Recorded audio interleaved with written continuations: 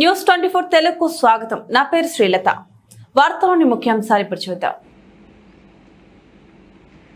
రేపు ముఖ్యమంత్రి చంద్రబాబు నాయుడు ముమ్మిడివరం మండలం చెయ్యూరుకు వస్తున్న సందర్భంగా మాలలు నిరసన తెలియచేయాలని వైఎస్ఆర్ కాంగ్రెస్ పార్టీ జిల్లా నాయకులు కాశీ మునికుమారి పిలుపునిచ్చారు.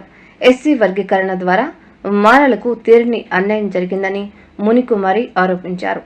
ఎస్సీల వర్గీకరణపై పునర్సమీక్ష జరపాలని ఆమె ప్రభుత్వాన్ని డిమాండ్ చేశారు. తెలిసిన విషయమే అయితే ఈ మాలల విషయంలో ప్రాతిపదికన ఈ వర్గీకరణ చేస్తుంటే ఎవరికి ఏ నష్టం కలిగేది కాదు. కానీ ఈ వర్గీకరణ జనాభా లెక్కల ప్రాతిపదికన చేయకపోవడం వలన మాలలందరికీ కూడా అన్యాయం జరుగుతుంది. కాబట్టి రేపొద్దున చంద్రబాబు నాయుడు గారు ముందువారం వస్తున్నారు. సో మన మాలలందరూ కలిసి ఈ విషయం మీద ఆయనకు ఒకసారి తెలిపే విధంగా నిరసన వ్యక్తం చేయడం అనేది చేయాలని అనుకుంటున్నాము.